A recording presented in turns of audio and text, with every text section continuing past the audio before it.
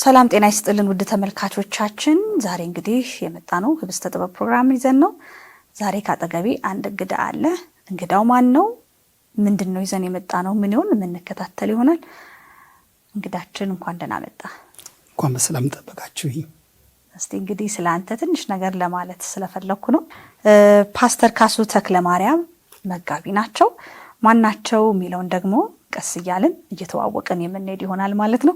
እሳቸው እንግዲህ የዚህ መጽሐፍ ጸሐፊ ናቸው።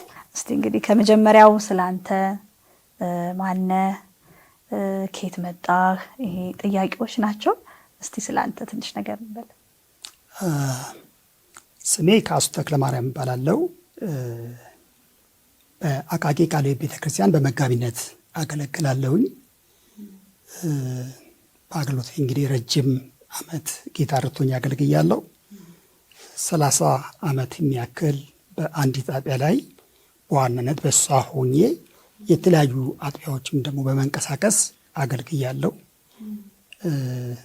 ባለትዳርና የአንዲት ልጅ አባት ነኝ። በጣም ደስ ይላል። እግዚአብሔር ይመስገን። እስቲ እንግዲህ ሌላም የማናቀው ነገር ለህዝብ ትንሽ መተላለፍ አለበት የሚል ነገር ካለው በፊት እንግዲህ ምን ትሰራ ነበር? ከአገልግሎት በፊት በምን አይነት ስራዎችስ በወጣትነት ጊዜ አልፈሃል? ቤተክርስቲያንስ እንዴት በአገልጋይነት ተሾምክ የሚለውን እስቲ እናውራ። የወጣትነት ዘመኔ ብዙ ጥሩ የሚባል አይደለም። የተወለድኩት በዚህ በአዲስ አበባ ነው። ልክ 8 ዓመት ሲሞላኝ ግን አባቴ ወዳለበት ቦታ ላይ ወደዛ ሄጄ እዛ ከአባቴ ጋር ሆኜ በእንጀራ ያደግኩትኝ። እዛ ባደግኩባቸው ቦታዎች ላይ እድሜ ከፍ እያለ ሲመጣ እጅግ አመፀኛ ከሚባሉት ሰዎች ተርታ መሰለፍ ሰው ነኝ እና ብዙ ለእግዚአብሔርም ለሰውም የማልመች ሰው ነበርኩኝ። ይገርመኛል፣ እግዚአብሔር እንዲህ አይነቱን ሰው ፈልጎ ህይወት ሰጥቶ ደግሞ አገልጋይ ማድረጉ ሁሌም የሚደንቀኝ ሁሌም የሚገርመኝ ነገር ነው። ትምህርቴን እንኳን በቅጡ በአንድ ቦታ ተመሬ አልጨረስኩኝም። በዚሁ ጥሩ ባልሆነው ማንነቴ ወይም ባህሪዬ ትምህርቴን ሳቋረጥ ስጀምር 10ኛ ክፍል ላይ የመጨረሻውን አቋረጥኩኝ። ወደ ጌታ ከመጣውና አገልግሎት ከጀመርኩ በኋላ ነው 11ኛ ክፍል 12ኛ ክፍል የማታ ትምህርት ተመሬ ትምህርቴን ያጠናቀቅኩት። በ1984 ዓመተ ምህረት ወደ ገራጅ ስራ ገባሁኝ እና የባትራ ሜራ የሚባል መኪኖች የሚበየዱበት እኔ በነበርኩበት ጊዜ በኋላ የኔ ፍላጎት ግን እሱ አልነበረም። ከልጅነቴ አባቴ ስለ መካኒክነት ሙያ ይነግረኝ ስለነበረ በውስጤ የነበረው የተሳለው ስዕል እሱ ነው፣ መካኒክ መሆን እና እዛ ባትራ ሜራ ጋር 6 ወር ሰርቼ ምንም አልተሳካልኝም። ግን መካኒክ ሲሆን ግን በአንድ ጊዜ ነው ጥሩ ሙያውን ለመጨበጥ እውቀቱን ለማግኘት ከኔ ቀድሞ የነበሩትን ረዳት መካኒኮችን በልጦ የመገኘት እና ባለቆቼም በገራዡን ባለቤት ዘንድ ተወዳጅ እንደሆን አደረገኝ። ጌታን ያገኘሁት በ1985 ላይ አክስቴ ቤት መጥቼ ያኔ ደግሞ የኦርቶዶክስ እምነት ተከታይም ከመሆኑ የተነሳ ትንሽ አክራሪነትም ደግሞ ያጠቃኛል። ቅልቅል የሆነ ህይወት የነበረኝ ጊዜ ነበር እና በአንድ የፋሲካ የጾም ፕሮግራም ወቅት ላይ የአክስቴ ባል መስክሮልኝ ነው ወደ ወንጌል የመጣሁትኝ። በገራዥ በነበርኩ ጊዜ ግን ጌታን አውቄ ስለነበረ እግዚአብሔር አምላክ በዛ ቦታ ላይ በተለይ 86 አካባቢ በቃ በጣም በወንጌል ውስጥ ይነድ ነበር። ላገኘው ሰው ሁሉ ወንጌል እናገራለሁ። አብረው ለሚሰሩ ሰዎች፣ ላለቆቼ፣ መኪና ለሚያሰሩ ሰዎች፣ ለነዚህ ሁሉ ወንጌልን እነግራቸው ነበር። እግዚአብሔር እዚያ እያዘጋጀ ነበር። በ1987 ዓመተ ምህረት በኢትዮጵያ ቃለ ሕይወት ቤተክርስቲያን 23 ወጣቶች ሲመለመሉ አንዱ ተመልማይ ሆኜ እዚህ ስልጠና ወሰድኩኝ እና በዛው በ87 ዓመተ ምህረት ሐምሌ 1 ቀን ጀምሮ ለ3 ወር ወጣት ሚስዮናዊ ሆኜ ተሰማርቼ በዛ ሳገለግል ቆየው። ከዛ ከመጣው በኋላ ቤተክርስቲያን ለ6 ወር ያው ከመጸለይ የእግዚአብሔርን ቃል ከማንበብ ውጪ ምንም አይነት ነገር አልነበረም። ከ6 ወር በኋላ በ1988 መጋቢት 1 ቀን ጠርታ ረዳት ወንጌላዊ ብላ ሾመችኝ። ከዛ በ1989 መስከረም 1 ጀምሮ ደግሞ ወይራ ሰፈር ተብሎ የሚጠራ ቦታ ላይ እዛ ለወንጌል አገልግሎት ሄድኩኝ። አቃቂ በነበርኩ ጊዜ ኮምቤ የሚባል አሁን የዓለም ባንክ ቤት የሚባለውን ቦታ ከወንጌላዊ ማቴዎስ ጋር አብረው ለጎኝ በመንቀሳቀስ በዚህ አካባቢ ስንንቀሳቀስ ካየነው ነገር ተነስተን እዛ ቤት ለመትከል እግዚአብሔር እርቶኛል። በወይራ ደግሞ እንዲሁ የጌታን ስራ ለመስራት እግዚአብሔር አስችሎኛል። እግዚአብሔር ይብሰል። ስለዚህ ወጣትነት በዚህ ነው እንግዲህ ከእግዚአብሔር ቤት ነው ከግማሽ በኋላ ያለቀው ማለት ነው። እግዚአብሔር ይመስገን። በጣም ትልቅ ነገር ነው። ወደ ተመልካቾቻችን እንግዲህ እየተጫወትን እየቀጠልን ነው የምንገኘው። መጋቢ ካሱ ተክለማርያም ማናቸው የሚለውን በዚህ መንገድ ካየን፣ እስኪ አሁን ደግሞ እንዴት ነው የሥነ ጽሁፍ የዚህ የጽሁፍ ጉዳይ ከልጅነት እንዴት ጀመረ? ከዛ ሲያደገ እንዴት ነው እየሄደ የመጣው? በቤተ ክርስቲያን ውስጥ ትንሽ ያበረከትካት ነገር እንዳለች ከመጽሐፍህ አንብቤ ያለውና እዛ ጋር ከመድረሴ ግን እስቲ እንዴት ነው እያደገ የመጣው? ይሄ የጽሁፍ ስራ ከአንድ ገጽ ነው የጀመረው። ሪፖርት ከመጽሐፍ እና ከዚህ ከኢትዮጵያ ቃለ ቤተክርስቲያን ተልኬ ከሄድኩ ጊዜ ጀምሮ ያው ሪፖርት መጽሐፍ ነበረብን። ከኔ ጋር የተመደበው አገልጋይ አሁን ወደ ጌታ ሄዷል። ወንጌላዊ ዘሪሁን የሚባል አገልጋይ ነበረ። አብረን እናገለግላለን። ሪፖርቱን ግን አዘጋጅቼ ወደ ዋና ጽሕፈት ቤትም ወደ እናት ቤተክርስቲያንም መጽሐው እኔ ነበርኩኝ። በተለያዩ ጊዜያት እንደዚህ ያን ነገሮችን የመጽሐፍ ትምህርቶችንም ቢሆን ስብከቶችንም ቢሆን ዝም ብዬ እንትን አደርግም። እኔ መድረክ ከወጣ በኋላ ለምናገረው በጽሁፍ አዘጋጅቼ ነው መልእክቶችን የማስተላልፈው። እነዛም ፋይል አድርጋቸዋለሁ።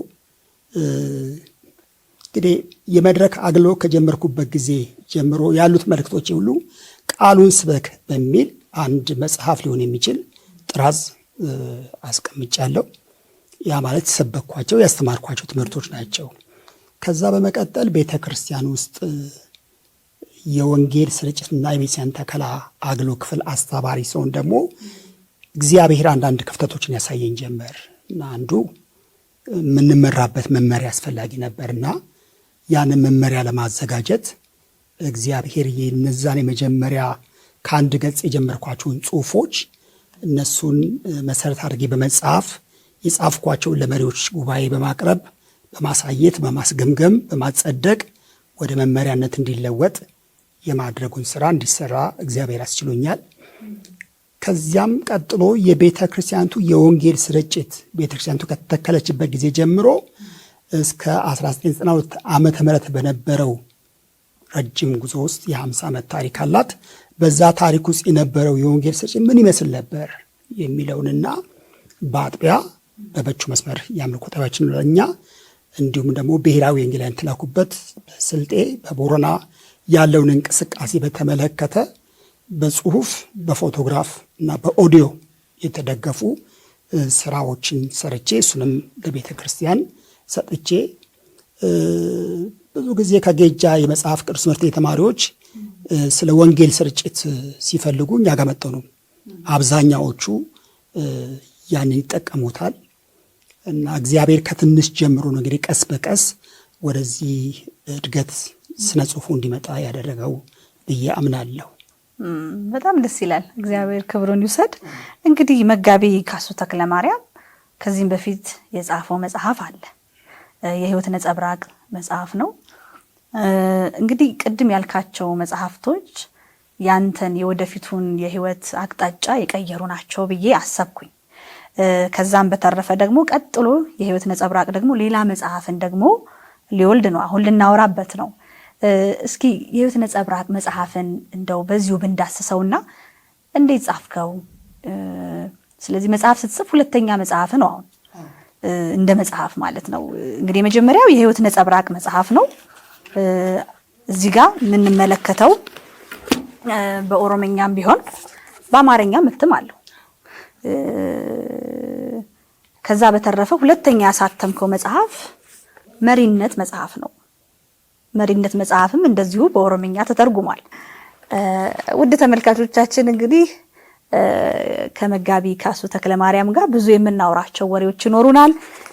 በኦሮምኛ የተጻፉ መጽሐፍቶች እንደዚሁም በአማርኛ የተጻፉ መጽሐፍቶች ስለ መሪነት፣ ከዚህ በፊት የመጀመሪያ ያተሙ መጽሐፍ ደግሞ የህይወት ነጸብራቅ በኦሮምኛም አለው በአማርኛም አለውና ልጠይቅ የፈለኩት እሱን ነው። እንደው ይሄ መጽሐፍ እንዴት ተጻፈ? መሪነት መጽሐፉ ራሱ እንዴት ተጻፈ? ከዛ ደግሞ ይሄ ተመልካቾቼ እንደምትመለከቱት ትንሽ ውስብስብ ነገር አለው እና ምን ማለት ነው? ከዛ እዚህ ጋር ፐዝል የሚመስሉ ነገሮች ይታዩኛል፣ ግን ያልተገጠመ ነገር ይታየኛልና ትንሽ ነገር እንድትለኝ ፈልጋለሁ። እነዚህ መጽሐፎች ለመጻፍ መንደርደሪያዎቹ እነዛ በቤተ ክርስቲያን ማህደር ውስጥ ያሉ የተጻፉ ጽሁፎች ናቸው።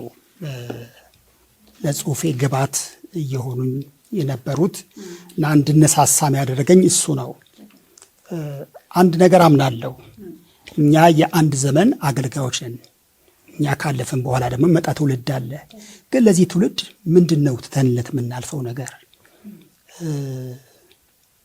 ትውልዱ የተጻፈ ነገር፣ ትውልዱ የሚነበብ ነገር፣ ትውልዱ የሚታይ ነገር ካላየ ትናንትና እግዚአብሔር የሰራውን ስራ ሊያስተውል፣ እግዚአብሔር ሊያመሰግን ደግሞ አሻሽሎ የተሻለ ስራ መስራት አይችልም። ለምን? መሰረት የሚሆን ነገር አላስቀመጥለትም። ስራ ሰርቷል፣ ያው ሰርቷል።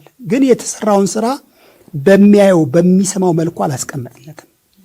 ስለዚህ ያንን ከማሰብ አኳያ ቀደም ብዬም የህይወት ታሪኬን መግቢያ ላይ እንደተናገርኩትኝ የኔ ህይወት ብዙ ሰው ሲያየኛውን ልክ ትናንትናም የዚሁ አይነት ህይወት ያለ ይመስለዋል። ግን አይደለውኝም።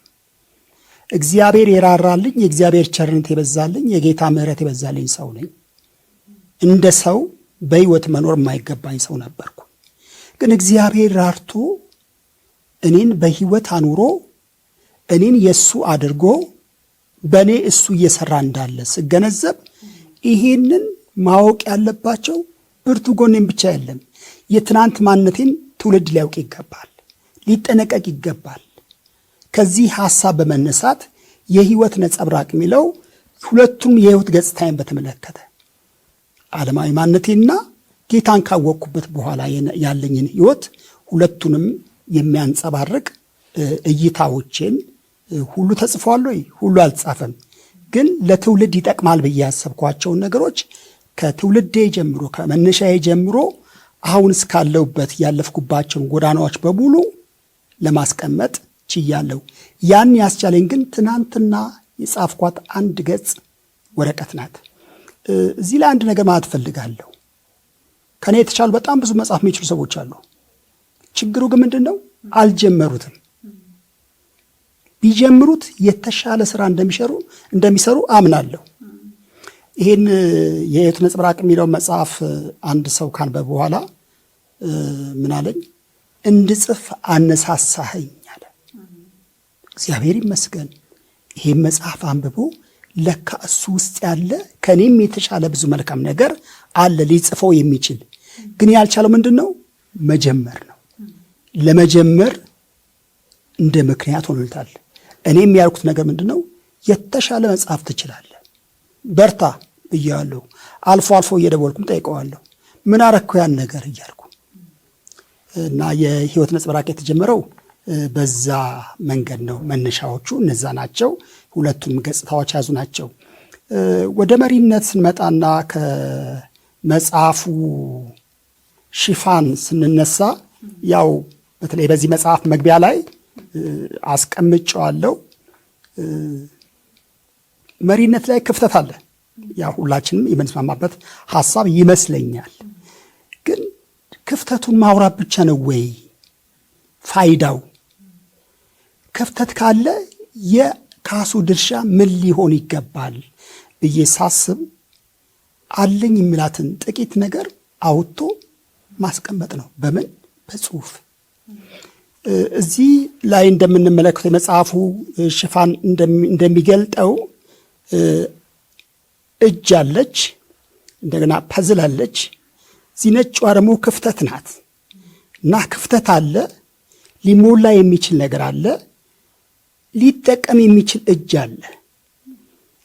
በጥንቃቄ ያንን ክፍተት ለመሙላት ጥረት ብናደርግ ሁሉን በአንድ ቀን ባንቀርፍም ቀስ በቀስ ችግሮቻችንን እየቀረፍን ወደ ሙላት፣ ወደ መልካም ነገር፣ ወደሚሻል ነገር ልንደርስ እንችላለን።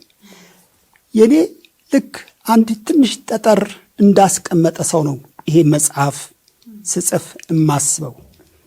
ችግር አለ እያልኩ ባወራ ግን የሚጠቅም ነገር አይኖረውም። ግን አንዲት ነገር ማስቀመጥ ከቻልኩ ያችን አንዲት ነገር የተረዳ ሰው እኔም ሌሎችም ከዛ ከችግራችን ለመውጣት ይረዳናል በሚል ነው ይህን መጽሐፍ የጻፍኩት። የመጽሐፉም ሽፋን የሚያሳየው እሱ ነው። ርዕሱ ላይ መሪነት ካለ በኋላ ተግባራዊ የአመራር ሚናና መገለጫዎቹ ነው የሚለው። በአገራችን ላይ በጣም በርካታ ስለ መሪነት መጽሐፎች ከቁጥር በላይ ተጽፈዋል። የሚበዙት ደግሞ ትርጉሞች ናቸው። በአገራችንም እግዚአብሔር የረዳቸው ሰዎች ጽፈዋል። ይሄን መጽሐፍ ልዩ የሚያደርገው ምንድን ነው ከተባለ ይሄን መጽሐፍ ልዩ የሚያደርገው ዛሬም በሕይወት ያሉ በሕይወት ተምሳሌት የመሩ በሕይወት ተምሳሌት ሲመሩ ቆይተው ወደ ጌታ የሄዱ ሰዎች አሉ እና ያንን የሚገልጥ ነገር ነው። እዚህ ውስጥ ተግባራዊ ነው፣ ወሬ ሳይሆን ይሄው አሉ ብለን ልናሳያቸው የምንችል ሰዎችን የሕይወት ተሞክሮ እዚህ ውስጥ አካቷል። እኔ ከነዚህ ሰዎች ሕይወት ተጠቅሜያለሁ፣ ተገልግያለሁ። እንደ አንድ ምሳሌ ባነሳ መጋቢ ዮሴፍ መና አገልግሎቴን ከጀመርኩ ከ6 ወር በኋላ የተመደብኩት ወይራ ሰፈር ቃለ ሕይወት የሚባል አካባቢ ነው። እዛ ደግሞ ቸርቿንም ፕላንት ካደረጉ ሰዎች አንዱ መጋቢ ዮሴፍ ናቸው። እሳቸውና የእሳቸው ቤተሰብ ናቸው እና በሕይወቴ ላይ ከፍተኛ ተጽዕኖ አሳድሮብኛል። አገልግሎትን በተመለከተ ወንጌል ምን ማለት እንደሆነ፣ አገልግሎት ምን ማለት እንደሆነ በደንብ እንዲገባኝ ያደረገኝ የመጋቢ ዮሴፍ ሕይወት ነው። መጋቢ ዮሴፍ ሁልጊዜ ካፋቸው የማይጠፋ ስለ ሰው መዳንና ስለ ደቀ መዝሙርነት ነው። አገር ውስጥ አገልግለዋል። ወደ ኋላ ላይ ከሀገር ውጭ ወጥተው አገልግለዋል። ከየትም ቦታ ሲመለሱ የሚነግሩን ነገር ስለ ዳኑ ሰዎችና ደቀ መዝሙር ስለሆኑ ሰዎች ነው። በዚህ ጊዜ እንዲህ አይነት ምስክርነቶች ይሰማን ይሆን አላውቅም። ግን በዚያ ጊዜ እሳቸው ከሚነግሩን ነገር የተነሳ ከማየው ሕይወት የተነሳ የእሳቸው ሕይወት በእኔ ላይ ትልቅ ተጽዕኖ አድርጓል። በዚህ መጽሐፍ ላይ ጥቂት ነገሮችን ምሳሌነታቸውን አስቀምጫለሁ። የእሳቸውን ብቻ ሳይሆን የበርካታ ሰዎች ዛሬም በሕይወት ያሉ ሄደን ልናያቸው የምንችል ሰዎች ምሳሌ የሚሆኑ ሰዎች አሉ። ስለዚህ ይህን መጽሐፍ ልዩ የሚያደርገው መሪነት በተግባር የሚገለጥ እንጂ መሪነት የሚነገርለት ብቻ እንዳይደለ ወደኋላ ምናባት ታነሳሽ ቤት አስባለሁ። መሪ ራሱ ማለት ምን ማለት ነው? አሁን መሪነት በጣም ብዙ የተደባለቀብን ነገር ያለ ይመስላል። ወደ መሪነት ሲመጣ መሪነትን አለቅነት፣ መሪነትን አዛዥነት፣ መሪነትን እሱ የማይነካው ሌሎች እንዲያደርጉ ምንጋብዝበት አድርገን ምንቆጥርበት በርካቶች እንዳለን እዚህ መጽሐፍ ውስጥ አስቀምጫለሁ። የሆነ ነገር ያልሆነ ሳይሆን የሆነ ነገር በዓይን የታየ በጆሮ የተሰማ ነገር። መሪነት አገልጋይነት ነው። መሪነትን ከእግዚአብሔር ልንማር እንችላለን። መሪነትን ከኢየሱስ ክርስቶስ ልንማር እንችላለን። በአዲስ ኪዳን ኢየሱስ ክርስቶስ እንዴት መራ ከተባለ ሰርቶ እያሳየ መራ፣ በትህትና እያገለገለ መራ። መሪነት አገልግሎት ነው። ከጌታም ዘንድ የሚሰጥ ጸጋ ነው። በጣም ጥሩ ነው። እንግዲህ አሁን አንተ የተናገርካቸው ሙሉ ለሙሉ በዚህ በመሪነት መጽሐፍ ውስጥ በጣም ብዙ ያላነሳ ናቸው። ስለ ችግሩ፣ ስለ መፍትሄው፣ ከዛም በኋላ ደግሞ እንዴት ነው መሪ ብቁ መሆን ያለበት የሚሉ በጣም ብዙ ጥያቄዎች አሉና ውድ ተመልካቾቻችን ስለ መሪነት በትንሹ መረዳት የምትፈልጉ ሰዎች ካላችሁ በሀገራችን ብዙ ሰዎች መጽሐፉን ጽፈውታል። ብዙም ደግሞ የተተረጎሙ መጽሐፍቶች አሉ። መጋቢ ካሱ ደግሞ እንግዲህ ካለው ከሱ እግዚአብሔር ከረዳው ከራሱ ከምልከታውም ተነስቶ ይህን መጽሐፍ ጽፎልናል ማለት ነው። ሁላችሁም በየቤታችሁ ይህን መጽሐፍ ገዝታችሁ እንድታነቡት ከወዲሁ እናሳስባለን ማለት ነው። እንግዲህ ብዙ እየተባባልን ያለ ነው ፓስተር ካሱና የመሪነት ችግሮችስ ምንድናቸው? እንደው ብናነሳቸው መሪነት ራሱ በደንብ ከተረዳ ነው የመሪነት ችግርስ ምንድነው? ዶክተር ኤርሚያስ ማሞ አንድ ወቅት ላይ በአንድ ማህበራዊ ሚዲያ ላይ ሲናገሩ የሰማሁትን እዚህ መጽሐፍ ላይ ጠቅሼዋለሁ። አንዱ የመሪነት ችግር እውቀት ነው። ስለ መሪነት ያለን እውቀት አናሳ ነው እና እሳቸው ከሚናገሩት ነገር አንዱ በአንድ ቦታ ላይ አንድ የሰንበት ትምህርት ተማሪዎችን እያስተማረች ያለች የሰንበት ትምህርት መምህር ተማሪዎችን አንድ ጥያቄ ጠይቃለች። ኢያሪኮን ግንብ ማን ያፈረሰው የሚል ጥያቄ። አንዱ ልጅ እጁን አነሳና እኔ አላየውኝም፣ ማን እንዳፈረሰው እኔ አላየውኝም፣ እኔ ወደ ቤት ሄጄ ነበረ ብሎ አለ። አንደኛው ደግሞ አነሳና እኔ ትቸር እኔ የዛን ቀን የኢያሪኮ ግንብ ሲፈርስ እዚህ ሰፈር አልነበርኩም። አንዱ እጁን አንስቶ ኢያሪኮ ግንብ የሚባል አለ እንዴ ብሎ ጠየቀ። በዚህ በተማሪና በአስተማሪ ንግግር መካከል ድምጻቸው ወጣ እና የቤተ ክርስቲያን መሪዎች ደግሞ ስብሰባ ላይ ነበሩ እና ያጫጫ ተሰረርብሻቸው ከመሪዎቹ አንዱ መጣና ምንድነው ምን ሆናችሁ ነው ልስጠይቅ? ያው እንግዲህ ታውቁ የልጅ ነገር ኢያሪኮን ማን ነው ያፈረሰው? የኢያሪኮን ግንብ ማን ነው ያፈረሰው ብዬ ስጠይቅ አንዱም እንደዚህ ያለ አንዱም እንደዛ አለ። ታዲያ ይሄ ምን ያስጨነቃል? እኛ አሁን ዓመታዊ የበጀት ስራ ላይ ያለ ነው። በጀት ይዘን ይገነባል። ማን ይገነባል? ኢያሪኮ ግንብ። እና ዶክተር ኤርሚያስ እዛ ቦታ ላይ ሲናገሩ የሰማሁትና በጣም ልቤን ይነካኝ። ለዚህም የጠቀስኩት እሱን ሀሳብ መጽሐፍ ቅዱስ ለመገንባት የተነሳውን የሰጠውን መርገም ቢያውቅ ኖሮ ያ መሪ እንዲህ ብሎ አፉን ባልከፈተ ነበር። ከእውቀት ማነስ የተነሳ ዛሬ ብዙ ነገሮች መልካቸውን ስተዋል። አንዱ የመሪ ችግር የእውቀት ማነስ ነው። መሪነት አገልጋይነት መሆኑን ዘንግተናል። መሪነት ለሌላው መኖር መሆኑን ዘንግተናል። መሪነት እግዚአብሔር እንዳሳየን በዛው መንገድ መሄድ መሆኑን ዘንግተናል።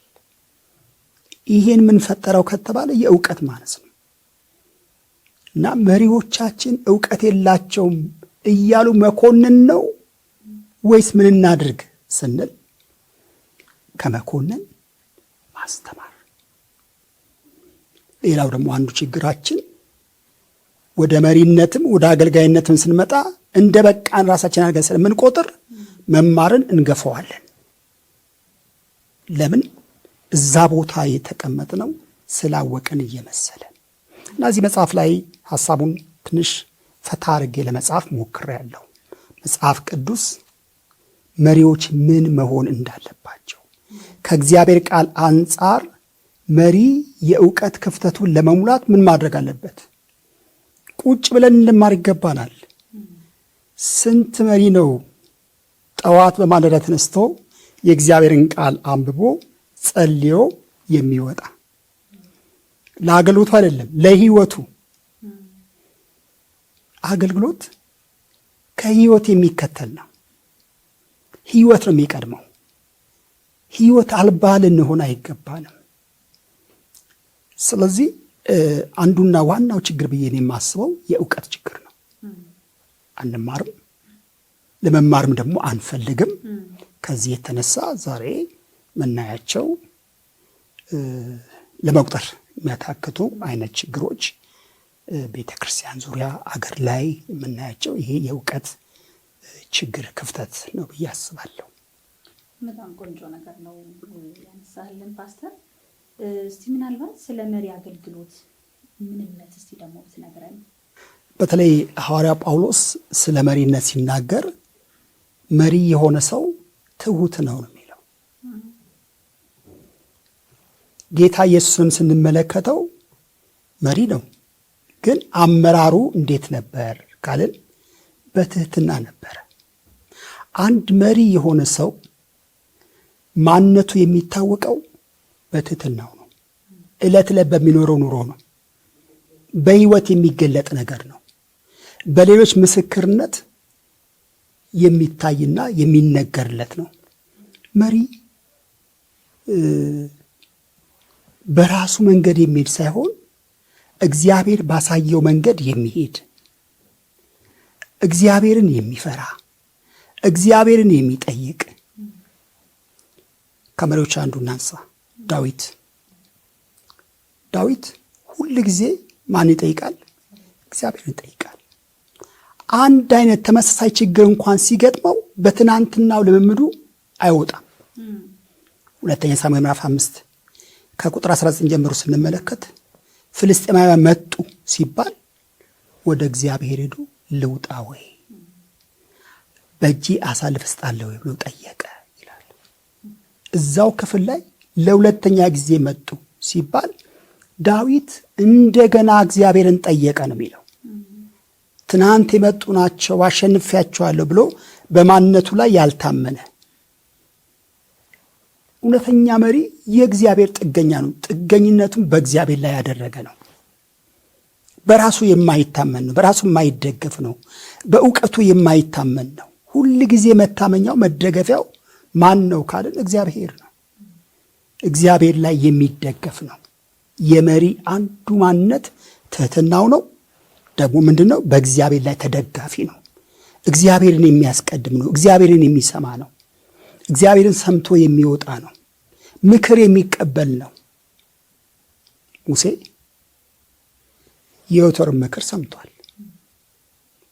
አማቱ የመከረውን ምክር መስማቱና መቀበሉ ቀጣዩ አገልግሎቱ ጤናማ እንዲሆን አድርጎታል። ከዛ ፊት የነበረው አገልግሎት ምን ያደርግ ነበረ? ራሱን ያደክማል፣ ህዝቡን ያሰለቻል፣ ቀኑን ሙሉ ህዝቡን በመጠበቅ ይውል ነበር።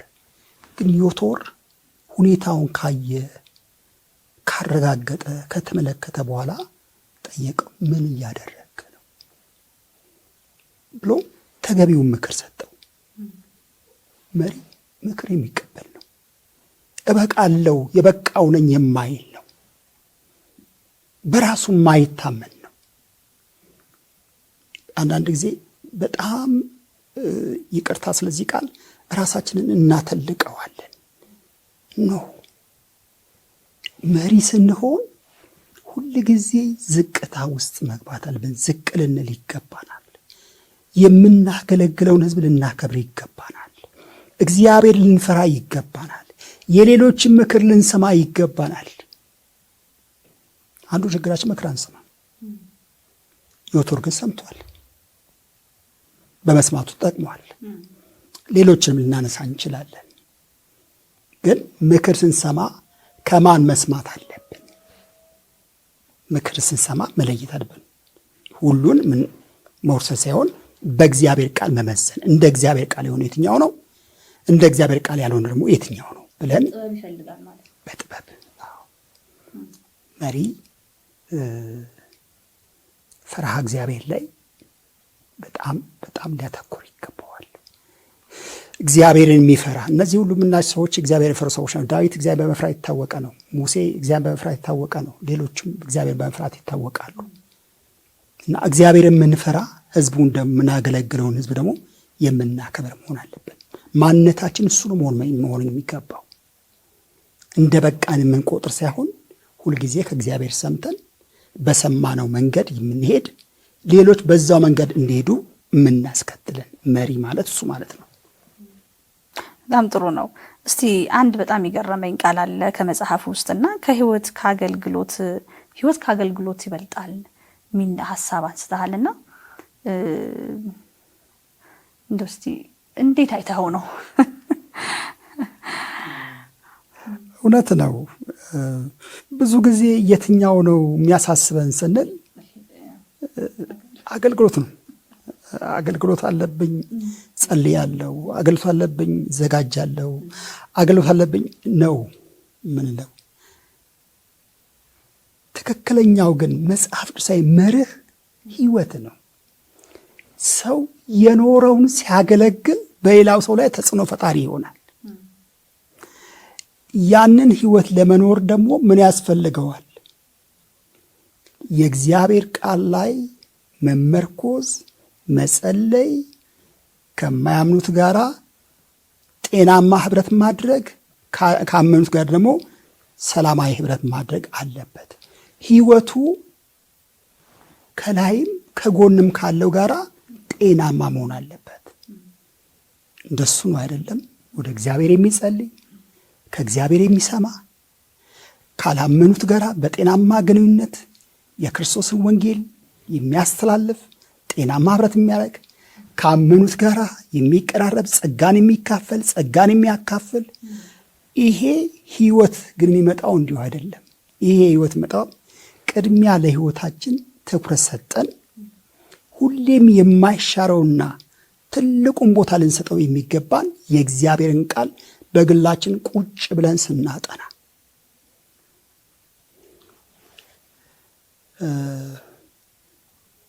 ለአንድ ለምቀርባቸው አገልጋዮች መጽሐፍት አንብቡ ብዬ ወንድማዊ ምክር ሰጠኋቸው እና የሰጡኝ መልስ ግን ትንሽ አስገርሞኛል፣ ትንሽ ፈገግ ማሰኝቶኛል።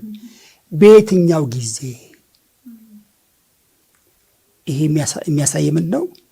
ጊዜያችንን እየወሰደብን ያለው ምንድን ነው? ሩጫ ነው። ሩጫው ምንድን ነው? አገልግሎት።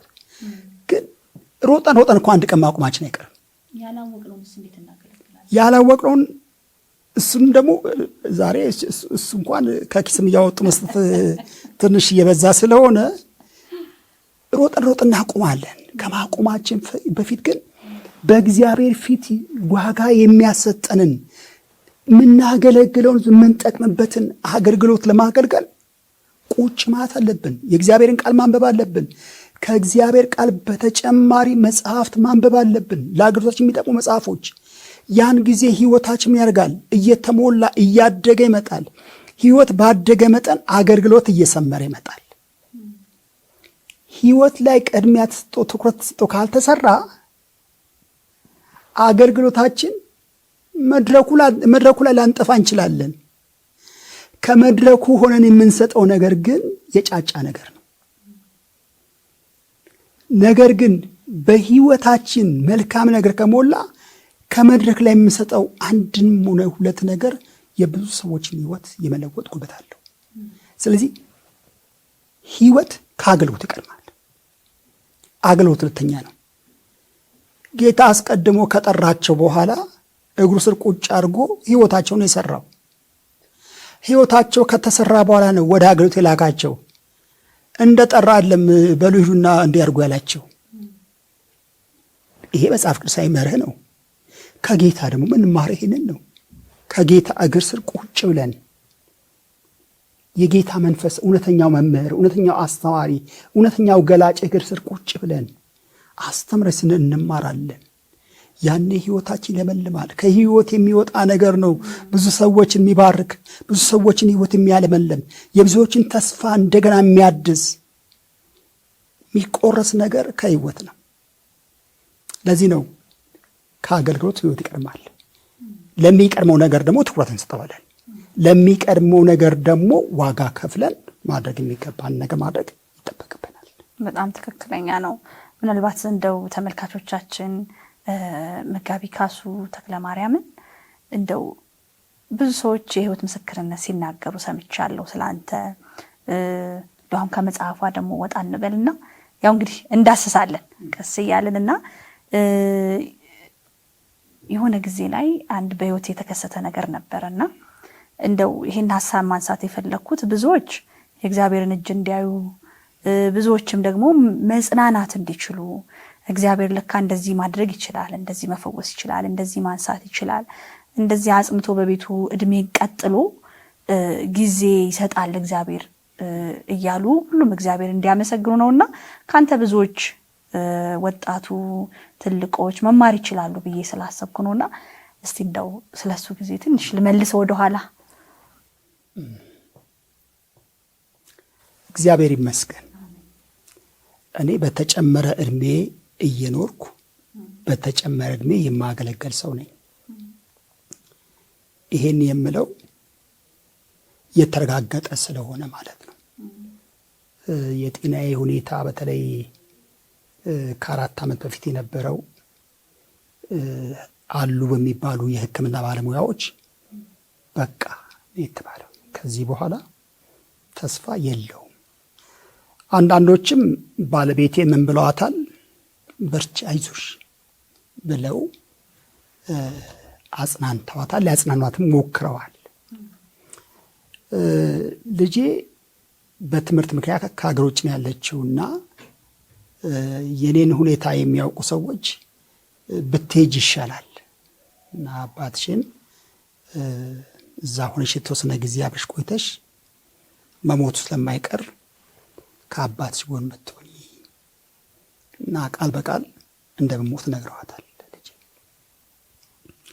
በጣም ወዳጆቼም ደግሞ ምን ብለውኛል? ቤት መጣው ከጸለዩ በኋላ እንደው ዓይንህን ብታይ ልጅህ ብትመጣ ብለዋል። እነዚህ ሁሉ የሚናገሩት ምን ነው?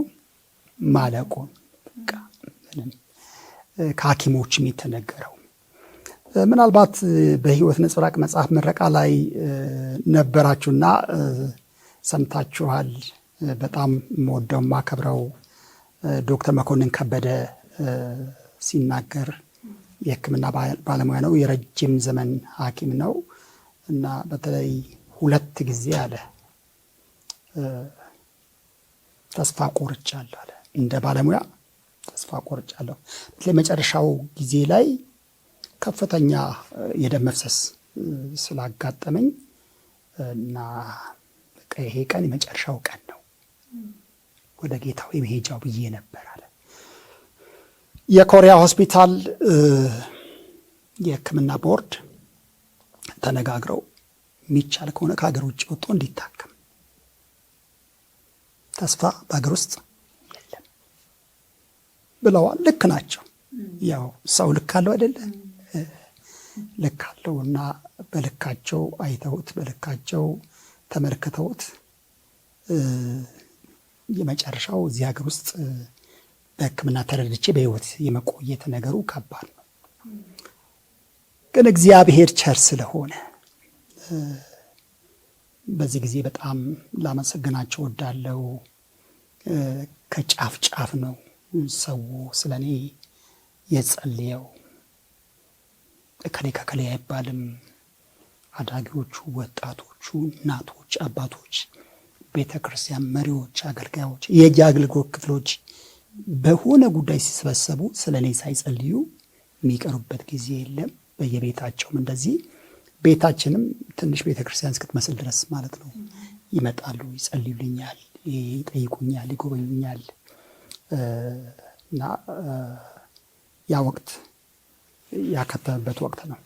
እኔም ይገርመኛል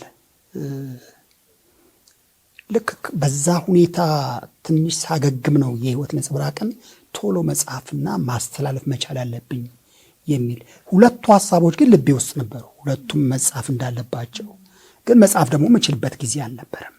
እንኳን መጽሐፍ ልጽፍ ካልጋዬ ተነስቼ ወደ አንድ ቦታ ለመንቀሳቀስ በሰው ድጋፍ ነው መንቀሳቀሰው፣ በመድኃኒት ነው እና በየጊዜው ሕክምና ቦታ መመላለስ ነው እና ይሄ የሚታሰብበት ወቅት አልነበረም። እግዚአብሔር ለአገልግሎት ሲጠራኝ ተፍኪያለሁ። ነሐሴ 16 ቀን 1988 ዓ.ም እነሆ የተከፈተ በር ሰጥቻለሁ፣ ማንም ሊዘጋው አይችልም በሚል ቃል ልቤ በቃ ጥብቅ አድርጎ ነው በአገልግሎት ውስጥ ሳለፍ በብዙ ጣውረዱ ሳልፍ ያለው በዚያ ጊዜ ውስጥ ያ ቃል ነበር ደግፎ ያቆመኝ። በዚህም በጤናዬ መታወክ ውስጥ አልጋዬ ላይ ሆኜ የማላቋረጠው የእግዚአብሔርን ቃል ማንበብ ነው።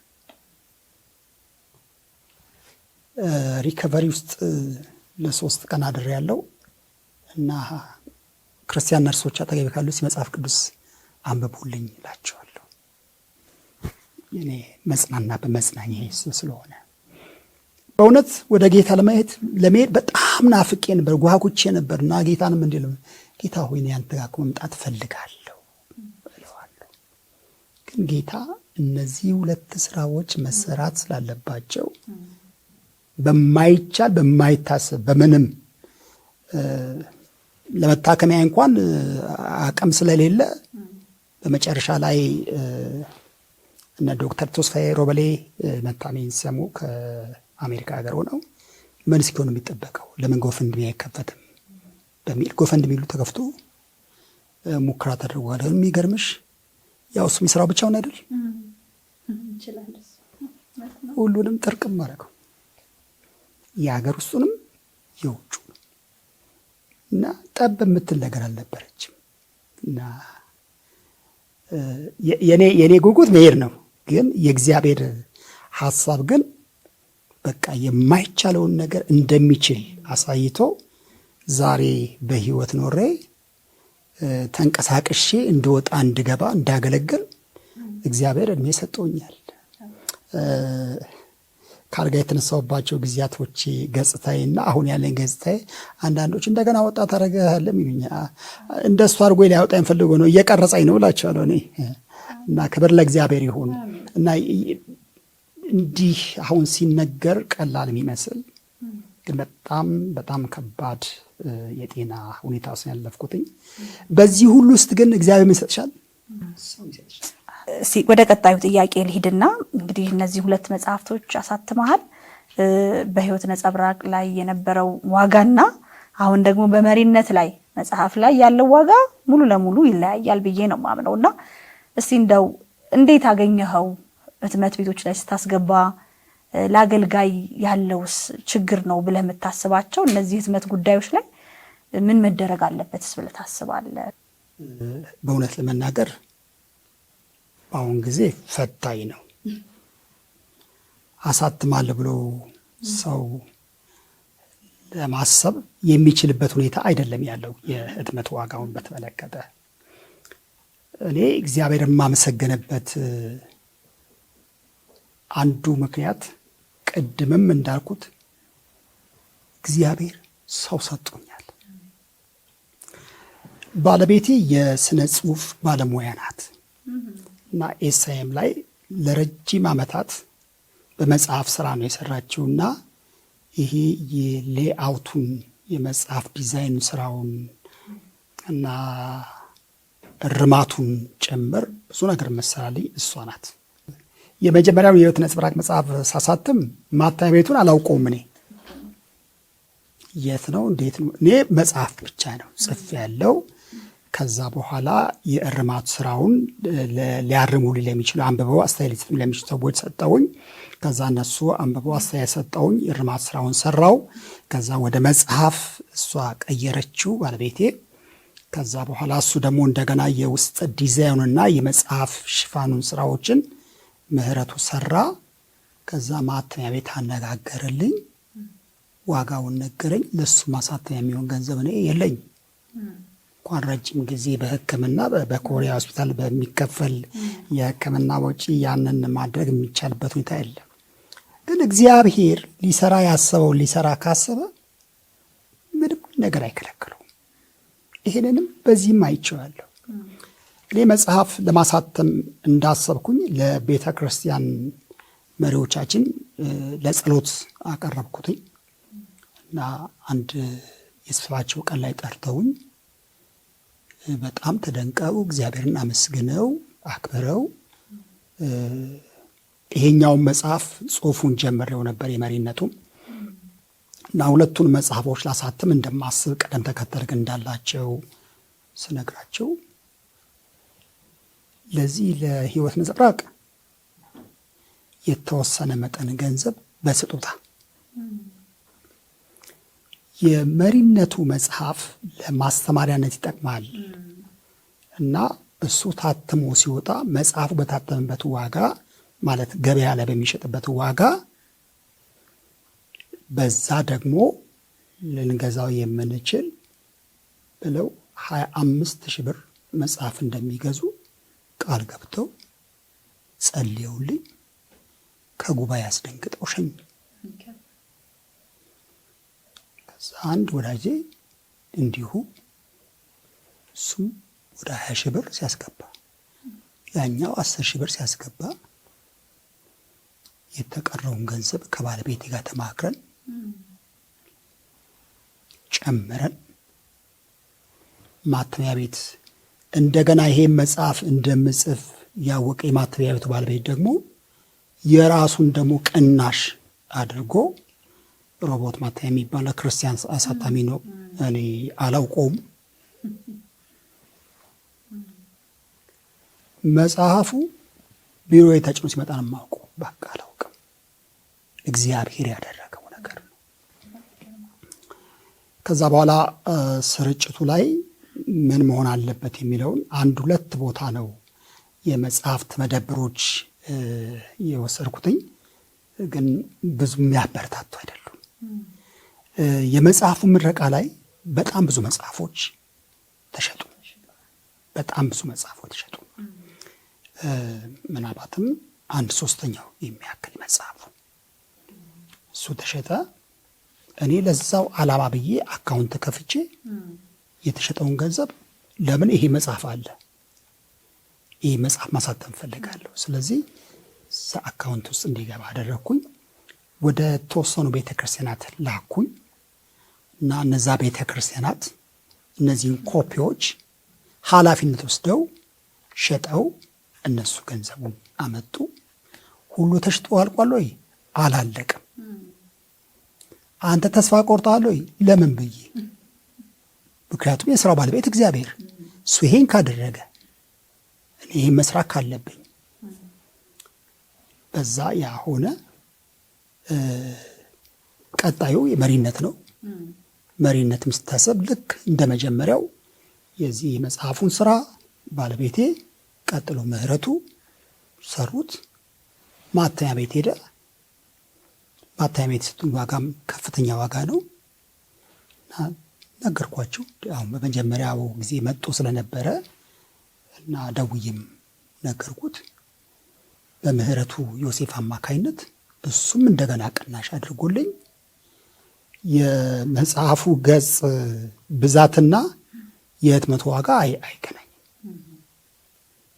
በጣም ቀንሶልኝ በዛም ውስጥ እግዚአብሔር እጅ ያየ በጣም እንዳልኩሽ እግዚአብሔር እዛም ጋር ሰዎች አሉታል። ምን ይከለክለዋል እግዚአብሔር? እና ያን ተጠቅሞ እግዚአብሔር ይሄ መጽሐፍ እንደገና ታትሞ እንዲወጣ እነዚህ መጽሐፎች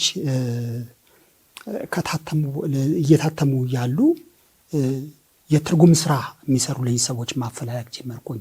ምክንያቱም መጽሐፉን በብዙ የሀገራችን ክፍል ተደራሽ እንዲሆን የአንባቢዎቻችን የተለያዩ ማህበረሰብ ስለሆኑ የተለያየውን ማህበረሰብ ለመድረስ በሚል የህይወት ነጸብራቅ እንደገና እንዲተረጎምና እንዲታተም፣ አዎ እንደገና የመሪነትን ደግሞ ኦገንሳ በሚለው እሱም ደግሞ እንደዚሁ የዚህም ታሪክ ሌላ ነው።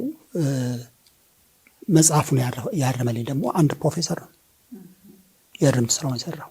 እንግዲህ ባለበት ዩኒቨርሲቲ ላይ እና በሌሎች ዩኒቨርሲቲዎች እያስተማረ በብዙ ጥረት ያለ ነው። ግን ስለ እኔ ሲነግሩት በቃ ይህን እሰራዋለሁ አለ። ይሄ የሚያሳየው ምንድን ነው? እግዚአብሔር እነዚህ መጽሐፎች ታትመው ወደ ሰው ጋር እንዲደርሱና ሰዎች እንዲጠቀሙበት የእግዚአብሔር ሐሳብና ፈቃድ ነው። ከዚህ የተነሳ መጽሐፎቹ ታተሙ። መሪነት መጋቢት 19 ቀን 2018 ዓ.ም በዚህ ከ20 ቀን በፊት በከፍተኛ ሁኔታ በርካታ ሰዎች ባሉበት ሞዳቸው የማከብራቸው ታላላቅ ሰዎች ባሉበት እነ ጋሽ ማሞ ገብረ መስቀል እና ሌሎች የቤተክርስቲያን መሪዎች፣ በእውነት ጋሽ ማሞን ሳይ ልቤ በጣም ደስተኛ ነው። ብዙ ዘመናቸውን በጌታ ቤት ያገለገሉ አባት ናቸው። እነሱ ባሉበት አይተሻል። በመጀመሪያው ጊዜ በህይወት ነጸብራቅ ጊዜ በዱላን የመጡት አቶ መርጋ እና ወይዘሮ ጸጋ መምጣት በሚችሉበት ሳይሆን ግን ካላቸው ፍቅር ከበሬታ የተነሳ ተገኝተው እና በብዙ አዛውንቶች ባሉበት ቦታ የተመረቁ ናቸው። እነዚህ በመጀመሪያው ጊዜ አቶ መርጋ ባሉበት እንግዲህ አንድ ጥቁር ቢፈለግ የማይገኝበት ጋሽ ማሙያው እንደምታውቂያቸው ያሉ አባት እነዚህ ሰዎች ሌሎች በጣም በርካቶች እግዚአብሔር የሚወዱ የሚፈሩ የቤተክርስቲያን መሪዎች አገልጋዮች ባሉበት ከሙሉ ወንጌል ከመሰረተ ክርስቶስ ከእህት ቤተክርስቲያን ያሉ አገልጋዮች ወዳጆች በተገኙበት የተመረቀ ነው። ይህን መጽሐፍ መታሰቢያነቱን ያረኩት በዕለቱም ያው ስለምቸገር ያንን ታሪክ መናገር በጣም ስለምቸገር መታሰቢያ ያረኩትኝ በዋናነት ለመጋቢ ዮሴፍ መና ነው። እንዲሁም ደግሞ ልክ እንደሳቸው ዋጋ ከፍለው ላገለገሉ ሩጫቸውን ጨርሰው ወደ ጌታ ለሄዱ ሰዎች መታሰቢያ እንዲሆንልኝ ነው። ስለ መጋቢ ዮሴፍ ዶክተር አዳነ በራሳ ያዘጋጀውትን አንድ ገጽ ጽሑፍ በጉባኤ ላይ አንብቧል። እሱን ላሳይሽም እችላለሁ እና ያንን ታሪክን የመናገር አልችልም፣ ምክንያቱም በጣም ውስጤ ይረበሻል። መጋቢ ዮሴፍ በእርግጥ ኖረው አገልግለው የሄዱ ናቸው። እኔ ትልቅ ሞዴል ናቸው። አገልግሎትን ሳስብ ዋጋ መክፈልን ሳስብ እሳቸው ነው የማስበው እና ምንም ነገር እንዳያዝናናኝ አገልግሎቴ ላይ እንዳተኩር ህይወት ላይ እንዳተኩር ወንጌል ላይ እንዳተኩር የሚያደርገኝ እሳቸው ህይወት ነው። የእሳቸው ህይወት በእኔ ላይ ያሳደረው ተጽዕኖ ቀላል ተጽዕኖ አይደለም እና እግዚአብሔርን ስለሳቸው እጅግ አድርጌ አመሰግናለሁ። በጌታ እቅፍ እንዳሉ አምናለሁ። አንድ ቀን እንደማያቸው እንደማገኛቸው ከቅዱሳን ጋር ሙሉ እምነት አለኝ። እግዚአብሔር ይመስገን። እስቲ ምናልባት እንደው እነዚህ መጽሐፍ እንግዲህ የመጽሐፍን የመሪነቱ ላይ መጽሐፍ ላይ ብዙ ሰዎች አርታይ ሰርተዋል ወይም ደግሞ ይሄ መጽሐፉን ገምግመውልሃል እና እንደው ከተገመገመው መጽሐፍ ሰዎች ካሉት መካከል ላይ አንድ በጣም የገረመኝ እንደው ራሱን ችሎ እንደው ወይ ታይትል እናድርገው የመጽሐፍ ወይስ እንደው ለሌላ መጽሐፍ ደግሞ እንጻፍበት ያልኩት ነገር አለና መሪ ነው ወይንስ መሪነት የሚል ከመካከል ያወጣዋት ናት ቃሏና እንደው አንዳንድ ጊዜ የምንሰጣቸው ሰዎች ከኛ የተሻሉ ደግሞ ሆኖ ይገኙና እንደው መጽሐፉ ከመጻፉ በፊት እንደው ብንሰማቸው ኖሮ እነዚህ መጽሐፎች ብጨምርባቸው ባልታተሙ ኑሮ ምንላቸው ነገሮች ይኖራሉና ምናልባት እንደዚህ አይነት አጋጣሚ ይኖርሃል ወይ መጋቢ? እንዳልሽው ነው። ይሄን አሁን አንቺ የጠቀሻትን ሐሳብ የጠቀሰው ወንድሜ መስፍን አሰፋ እና ፌስቡክ ላይ እና የተለያዩ ማህበራዊ ሚዲያ ላይ መስፍን ወሊሶ በመባል የሚታወቀው የሥነ ጽሑፍ ሰው ነው። የትርጉም ስራዎችን ይሰራል። አርታይም ነው። መጽሐፎቼን ካዩልኝ ሰዎች አንዱ ነው እና መቅደሙንም የጻፈልኝ እሱ ነው። የመጽሐፉ መቅደም የጻፈልኝ እሱ ነው። ይሄ መጽሐፍ እውነት ለመናገር ስሙ ነው እዚህ ላይ ካሱ ተክለ ማርያም ተብሎ የተጻፈው እንጂ አንዳንዴ የኔ ብሎ ለመናገር እስካፍር ድረስ እዚህ ላይ አስተያየት የሰጡ ሰዎች እናም በዚህ ላይ ደግሞ ያልተጠቀሰ ስማቸው ያልተጠቀሰ በምስጋና ፓርት ላይ ግን ያካተትኳቸው በጣም በርካቶች በትልቅ የሥራ ኃላፊነት ያሉ በመንግስት የሥራ ኃላፊነት ላይ ያሉ በቤተ ክርስቲያን በተለያዩ ማህበራዊ መንግስታዊ ተቋም ባልሆኑ በመንግስታዊ ተቋም ውስጥ ያሉ ሰዎች የሰጡት አስተያየት ነው እና እነዚህ ሰዎች መጽሐፉን በደንብ አይተውታል። ይሄ መጽሐፍ በዚህ መልክም ደግሞ እንዲሰራ የነሱ አስተዋጽኦ ቀላል አይደለም። አንዳንዶቹ እንደገና እንድጽፍ አድርገውኛል። የጻፍኩትን ጽሑፍ እንደገና ፈትቼ እንደገና አሁን እጃቸው ያን አስተያየት የሰጡኝ ሰውና በቀደም እንዲያም እሑድ አግኝቻቸው አናግሬያቸው ነበረ። ኮምፕሊት መጽሐፉ ተለውጧል ያሉኝ። ለምን ብዙ ሰዎች የሰጡኝን ግብአት ተጠቅሜያለሁ እና የሰጡኝም ደግሞ በጣም በጣም አስፈላጊና መሰረታዊ የሆኑ ነገሮች ናቸው። ጸሐፊ ሁሉ ጊዜ ሰሚ መሆን ይቻላል። በትክክል እኛ እኮ የምናውቀው ትንሽ ነገር ነው። ከሰዎች በጠየቅንና በሰማን መጠን ነው ነገራችን እያደገ የሚሄደው። አውቃለሁ በቃለሁ ካለማ በቃ በኮ ለሰው የምናስተላልፈው አይደለም። እኛም ጋር እንኳን መልስን ስናየው እኮ ምናልባት ማይጥም ነገር ሊሆን ይችላል። ይሄን መጽሐፍ እንደገና ሌላ ሰው ቢያይልኝና እድሉን ቢሰጠው አይቶ ቢሰጠኝና ተቀብዬ ብጽፍ ደግሞ አሁን ካለበት በተሻለ መጽሐፍ ይቻላል። ግን ለዚህ ምን ያስፈልጋል? ልብ ያስፈልጋል። የሚሰጡ አስተያየትና እንዳልኩሽ እንዲህ ጉልጓሎ ታውቂያለሽ፣ እርሻ ከታረሰ በኋላ እና እንደዚህ አራክፈው ማይጠቅመውን እያወጡ አፈሩ። እንደሱ ነው ያደርጉት። ይህን መጽሐፍ ሲያርሙ ምንም እኔም ነፃነት ሰጥቻቸዋለሁ። እነሱም አንዳንዱ እንዲያም ጠንካራ ሂስ ነው የሰጡኝ። ይሄኛው እንዴት አይተኸው ነው እንዲህ ያልከው? ይሄኛውስ ከዚህ አንግልስ አይተኸዋል ወይ የሚልና እንዳልኩሽ ስሙ አሁን እዚህ ጋር ካሱ ተክለማርያም ተብሎ ሲጻፍ የካሱ ይመስላል እንጂ እዚህ ላይ ያሉ ሰዎች የነሱ ሁሉ ስብስብ ነው። እና እግዚአብሔር ይባርካቸው በእውነት። አንዳንዶቹ ጊዜ ኖሯቸው አይደለም፣ በቃ ማታ ምሽት የራሳቸውን ጊዜ ቆርሰው ነው። በብዙ የሥራ ኃላፊነት ላይ ያሉ ሰዎች ናቸው እና ከዛ ጊዜያቸው ቆርሰው ነው ይህን መጽሐፍ በዚህ መልክ እንዲወጣ ያደርጉት። ምህረቱ ራሱ ይህን ስራ ሲሰራ በአሁኑ ሰዓት በብዙ ውጥረት ውስጥ ያለ ልጅ ነው። ግን ይህን ሰርቶ ለእኔ ለመስጠት የሚጠቀመው ለይቱን ነው። ለይት 11 ሰዓት የተነሳ ከልጆቹ ከሚስቱ ከስራው ከምናምን ያለውን ጊዜ እንደገና እንትን ብሎ ሌላ አንዳንዴ አጣዳፊ ሲሆን መልሶ መልኮልኝ እንደገና ልኬለት የሰራውን እንደገና ልኮ አይቼ ብዙ ዋጋ ነው የከፈለው እውነት ለመናገርና ሌሎቹም እና የብዙ ሰዎች ውጤት እንጂ የኔ አይደለም። እንደው ይሄን ምለው ለማለት አይደለም፣ እውነት ነው። በቃ ብዙ ሰዎች የሰሩት ስራ ነው። እግዚአብሔር ይመስገን። እንግዲህ መጋቢ ካሱ በጣም ነው የምናመሰግነው። እኛም በእውነት እንደዚህ አይነት መሪነት ላይ በተለይ የሚጻፉ መጽሐፍቶች ለእኛ ብቻ ሳይሆን እንደ ቤተክርስቲያንም እንደ ሀገርም እንደ ቤተሰብም ቅድም እንዳልከው ነውና በብዛት ያስፈልጋሉ። አሁንም ክርስቲያን ጸሐፊዎቻችንን በርቱ፣ ቀጥሉ። ምንም እንኳን ተስፋ የሚያስቆርጥ ቢሆንም አንዳንዱ ነገሮች ግን አይዟችሁ፣ እግዚአብሔር ደግሞ የራሱ ጊዜ አለው።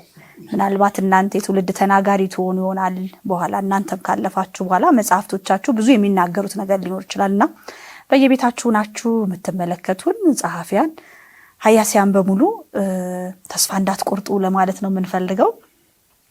እስቲ እንግዲህ በመጨረሻ እነዚህ መጽሐፍቶች የት እናገኛቸዋለን? አሁን እነዚህ መጽሐፎች ያሉት አቃቂ ቃለ ቤተክርስቲያን እዚህ መጽሐፍ ላይ አድራሻ አለ። በዚህ ስልክ ቁጥር ቢደውሉልኝ ሊያገኙ ይችላሉ። እዛም ቢሮ ያሉ ሰዎች አሉ። ቢሮ እኔ ጋር ቢደውሉ እንዲያገኙ ማድረግ ይቻላል። አንድ መጽሐፍ መደብር አየር ጤና ጋር ያለ ንጋት መጽሐፍት መደብር የሚል እዛም እንዲሁ ሊያገኙት ይችላሉ።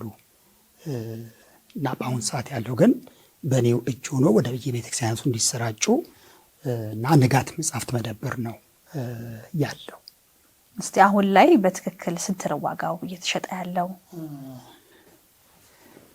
ይሄ መጽሐፍ 350 ብር ነው የሚሸጠው። ግን አንድ ማታ ላይ አሰብኩኝ፣ ሰዎች እንዲያነቡ ነው የሚያስፈልገው።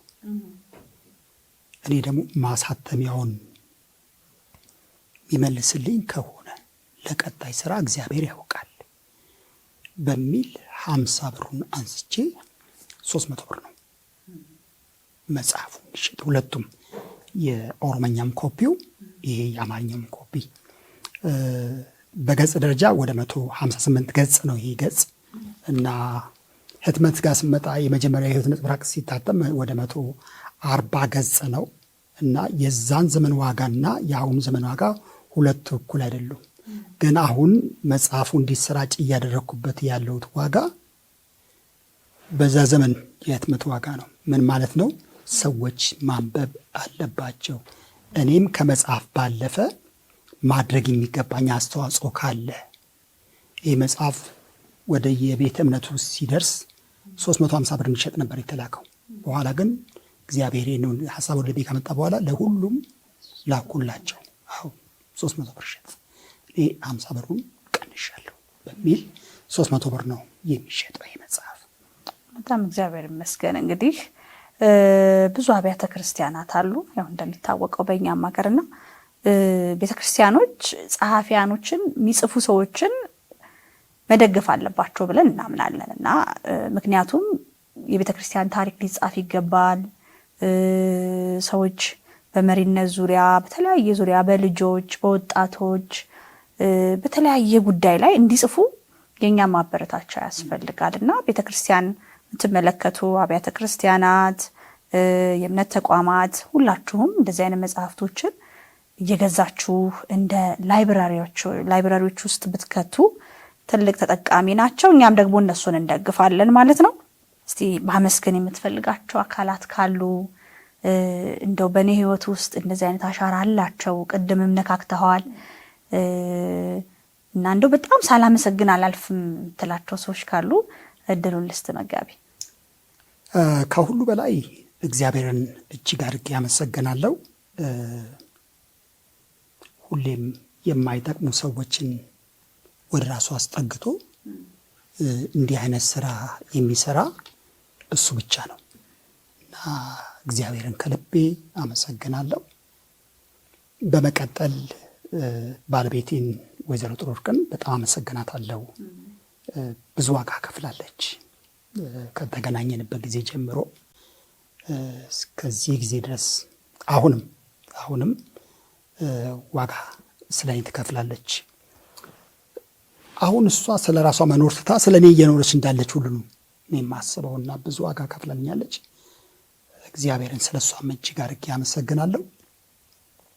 ስለማገለግልባት አጥቢያ ቤተ ክርስቲያን ስለ አቃቂ ቃሌ ቤተ ክርስቲያን እና ስለ ወይራ ዓለም ባንክ ሌሎችም ባገለገልኩባቸው አካባቢ ላይ ስላሉት መጋቢዎች ወንጌላውያን ምእመናን እግዚአብሔርን እጅግ አድርጌ አመሰግናለሁ። መጋቢ ዮሴፍን መቼም ማርሳቸውም ቀድመውኝ ቢሄዱም ቅድምም እንደተናገርኩት በህይወቴ ላይ ያስቀመጡት አሻራ ቀላል አይደለም። አምነውኝ በማልታመንበት የእድሜ ክልል ውስጥ ወጣት ሆኜ ትልቅ ጉባኤዎች ላይ እንዳገለግል ሲልኩኝ አሁን ነው ቆሜ ምን አስበው ነው ብዬ እላለሁ እና ለካ ታይቷቸዋል። እግዚአብሔር ያሳያቸው ነገር ነበር ማለት ነውና እግዚአብሔርን ስለሳቸው እጅግ አድርጌ አመሰግናለሁ። ቤተሰባቸውን እግዚአብሔር ይባርክ። እውነት ጥሩ ቤተሰብ አላቸው። ይሄ ቅድም ያነሳሁት ምህረቱ የተባለው የሳቸው የመጨረሻ ልጅ ነው እና በተራው እያገለገለኝ ነው ያለው። ጓደኛዬ አቶ ግዛቸው ጥበቡ በብዙ ሁኔታ ውስጥ አልፎ በሁለንተናው ያገለገለኝ ወንድም ነው። ሌሎች የኮሪያ ሆስፒታል ዶክተሮች፣ ነርሶች፣ በተለያየ ዘርፍ የሚያገለግሉ ሰዎች ነው ሁሉ እግዚአብሔር ይባርካቸው ማለት ፈልጋለሁ። በርካቶች ናቸው ስማችሁን ያልጠቀስኩ እናንተ ታውቃላችሁ ወዳጆቼ እና በጣም ስለኔ ጸለያችሁ ስለኔ ያሰባችሁ ጌታ ይባርካችሁ ማለት ወዳለሁ። በመጨረሻም የህይወት ቲቪ መቼም ሳላመሰግን አላልፍም። እግዚአብሔር አምላክ ይባርካችሁ። ስራዎቻችሁን ያለው የምታደርጉትን ነገር ያለው እያደረጋችሁ ያላችሁት ለትውልድ ተሻጋሪ የሆነን ስራ ነው። የሚጠቅመን ነገር እያደረጋችሁ ያላችሁትና ለኔም ደግሞ እድል ሰጣችሁኝ እዚህ ተገኝቼ እግዚአብሔር በኔ የሰራውን እኔ የሰራሁትን አይደለም እግዚአብሔር በኔ የሰራውን ነገር ለትውልድ እንዲተላለፍ ትውልድ እንዲያደምጠው እግዚአብሔር ስሙ እንዲመሰገን ስሙ እንዲከበር ይህን እድል ስላዘጋጃችሁ ስለሰጣችሁኝ እግዚአብሔር ይባርካችሁ ማለት ፈልጋለሁ። የጌታ ስም የተባረከ ይሁን። ውድ ተመልካቾቻችን እንግዲህ ከመጋቢ ካሱ ተክለማርያም ጋር የነበረን ቆይታ ይህንን ይመስላል። በቀጣይ ደግሞ ከሌላ እንግዳ ጋር የምንገናኝ ይሆናል። እግዚአብሔር ይባርካችሁ።